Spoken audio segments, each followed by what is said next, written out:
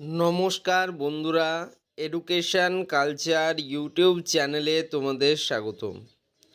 তো আজকে আমি আলোচনা করব একটা অত্যন্ত ইম্পর্ট্যান্ট বিষয় নিয়ে, যেটা অলরেডি স্টেট কাউন্সিল থেকে বিভিন্ন কলেজের প্রিন্সিপাল এবং প্রিন্সিপাল ইনচার্জ দিকে মেল মারফত পাঠানো হয়েছে। ওকে, তো নোটিশটা কি রিলেটেড? নোটিশটা হচ্ছে তোমাদের RA রিলেটেড। দেখো, তোমাদের রেজাল্ট বেরোনোর জন্য সব থেকে ইম্পর্ট্যান্ট একটা প্রসেস হচ্ছে যে তোমাদের বিভিন্ন রেজাল্টের যে ডিসক্রিপেন্সি আছে, ঠিক আছে, অর্থাৎ যে সমস্ত স্টুডেন্টদের RA হয়েছে বা অন্যান্য বিভিন্ন প্রবলেম আছে সেগুলো সলভ করা।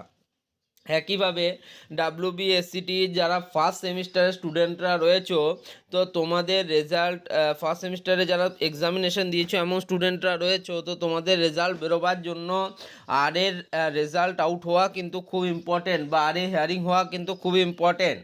তো সেই জন্য বিভিন্ন কলেজের প্রিন্সিপাল এবং প্রিন্সিপাল ইনচার্জদিকে স্টেট কাউন্সিলের তরফ থেকে একটা মেল মারফত জানানো হয়েছে যে যাতে প্রত্যেকটা কলেজের প্রিন্সিপাল এবং প্রিন্সিপাল ইনচার্জরা তাদের কলেজের যে সমস্ত স্টুডেন্টের নাম অ্যাটাচ করা হলো, একটা অ্যাটাচ সিট দেওয়া হয়েছে, তাদের যেন ডিটেলস পাঠিয়ে দেয় স্টেট কাউন্সিলকে 3 তারিখের মধ্যে, অর্থাৎ 3রা মার্চের মধ্যে। তার মানে তোমরা একটা জিনিস বুঝতে পারছো যে 3রা মার্চের মধ্যে কিন্তু তোমাদের যে মার্কস সেটা আপলোড হচ্ছে, এবং তার সাথেই 3রা মার্চের মধ্যে আরেকটা লিস্ট আপডেট হচ্ছে যেখানে কিন্তু ডিটেলস থাকছে স্টুডেন্টদের যারা কিন্তু RA বা রিপোর্ট এগেনস্ট হয়েছে।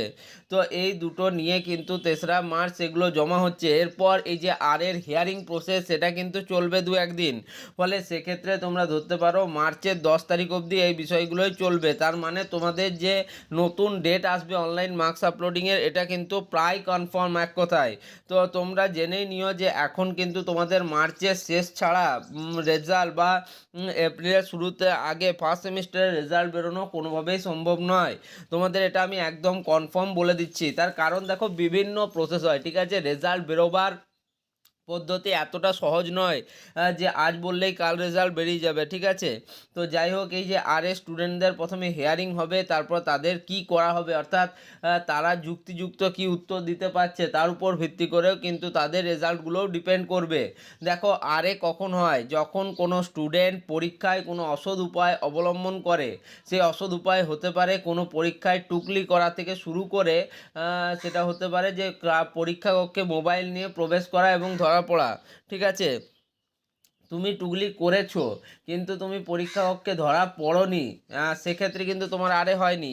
যে পরীক্ষা কেন্দ্রে ইনভিজিলেটরের সামনে ধরা পড়েছে তার কিন্তু হয়েছে। তো সেখানে কিছু নাম অ্যাটাচ করে দিয়েছে। এখন যেহেতু অনলি ফার্স্ট সেমিস্টার স্টুডেন্টদের ক্ষেত্রে এটা কিন্তু পাবলিশ হয়েছে। আশা করি তোমাদের বোঝাতে পারলাম। তো তোমরা বুঝতেই পারছো যে কিন্তু এগুলো একটা প্রবলেমেটিক জায়গা, তাই কখনোই তোমরা কিন্তু পরীক্ষা কক্ষে চিটিং করার চেষ্টা করবে না। তার থেকে আগেই তোমরা পড়াশুনো করে নিজেদিকে কিন্তু রেডি করে রাখো। ওকে, তো আশা করছি এই ভিডিওটা তোমাদের জন্য হেল্পফুল হবে। এই ভিডিওটা এখানেই শেষ করছি। ধন্যবাদ।